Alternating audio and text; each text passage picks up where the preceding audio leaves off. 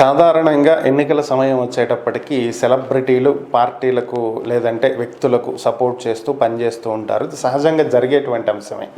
So మనం ఒకసారి గమనించినట్లయితే గతంలో కూడా ఇలాంటివి జరిగినాయి. 2009 ఎన్నికల్లో జూనియర్ ఎన్టీఆర్ టీడీపీ తరపున ప్రచారం చేశారు.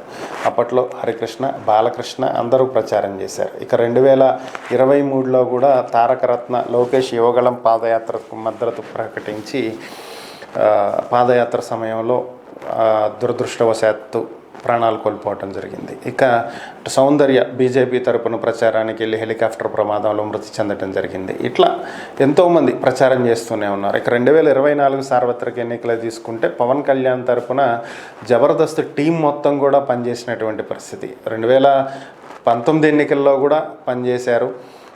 ఆది, రామ్ ప్రసాద్, గెటప్ సీను, సుడిగాలి సుధీర్ ఇలా ఎంతోమంది పనిచేయడం జరిగింది. ఇప్పుడు కూడా అలాగే పనిచేశారు.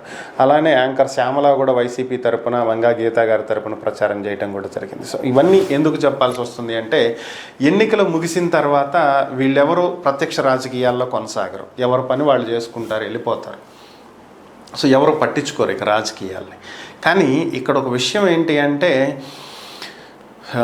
మెగా ఫ్యామిలీ విషయానికి కనుక వచ్చినట్లయితే ఈ ఎన్నికల సమయంలో అదే విధంగా అల్లు అర్జున్ వైసీపీకి చెందినటువంటి ఒక ఎమ్మెల్యే అభ్యర్థికి సపోర్ట్ చేయడానికి వాళ్ళ ఇంటికి వెళ్ళడం జరిగింది. ఇక పవన్ కళ్యాణ్ జనసేన తరపున కూటమిలో బీజేపీ టీడీపీతో కలిసి వెళ్తున్నటువంటి నేపథ్యంలో పవన్ కళ్యాణ్ ఎవరో కాదు, అల్లు అర్జున్కి కనుక చూసుకున్నట్లయితే మేనమామ వరుస అవుతుంది. సో అలాంటిది అల్లు అర్జున్ వైసీపీ అభ్యర్థికి సపోర్ట్ చేయటం, పవన్ కళ్యాణ్ కోసం రాకపోవటం, ఇది ఇద్దరు ఫ్యాన్స్ మధ్యలో ఒక గొడవకు దారి తీయటం, సోషల్ మీడియాలో వాళ్ళు వీళ్ళు తిట్టుకోవటం, అది కొత్త సందుమణిగింది అనుకున్నాక మళ్ళీ మొదలవటం, ఇప్పుడు రాజకీయ రంగు పులుముకోవటం, ఇక జనసేన తరపున ఉన్నటువంటి నేతలు కూడా బహిరంగంగా దీని మీద కామెంట్లు, ట్రోల్స్ చేస్తున్నటువంటి పరిస్థితి. ఇదంతా పక్కన పెట్టేస్తే ఎన్నికల సమయంలో పవన్ కళ్యాణ్ కోసం భారీగా ప్రచారం చేసినటువంటి మెగా ఫ్యామిలీ నుంచి ఉన్నటువంటి ఒక హీరో సాయి ధరమ్ తేజ్, పవన్ కళ్యాణ్ గెలిచిన తర్వాత డిప్యూటీ సీఎం అయిన తర్వాత చిరంజీవి ఇంటికి వెళ్ళినటువంటి సమయంలో కూడా సాయి ధరమ్ తేజ్ ప్రోయాక్టివ్గా పనిచేశారు. అక్కడ చాలా యాక్టివ్ కనిపించారనే చెప్పుకోవచ్చు. అది ఆయన ఆనందం. ఓకే, సో దాని తర్వాత ఆయన సినిమాలు ఆయన చేసుకుంటున్నాడు. కానీ ఇక్కడ మ్యాటర్ ఏంటంటే, వైసీపీ వాళ్ళు మాత్రం సాయి ధరమ్ తేజ్ను వదలటల్లా. సోషల్ మీడియాలో ఏపీలో ఏ ఇష్యూ జరిగినా సరే సాయి ధరమ్ తేజ్ని ట్యాగ్ చేయటం, దీనికి నీ సమాధానం ఏంటి, నువ్వు రావాలి మాట్లాడాలి అని చెప్పి వాళ్ళు ట్యాగ్ చేస్తున్నారు. సో ఇలాంటి సహజంగా జరుగుతూనే ఉంటాయి. ట్రోల్స్లు, ట్యాగింగ్లు ఇవన్నీ మామూలే సోషల్ మీడియాలో. కానీ అందరూ వదిలేస్తారు.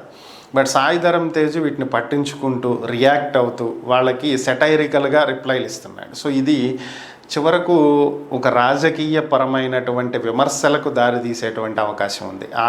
ఆయన ప్రత్యక్ష రాజకీయాల్లోకి రాడు.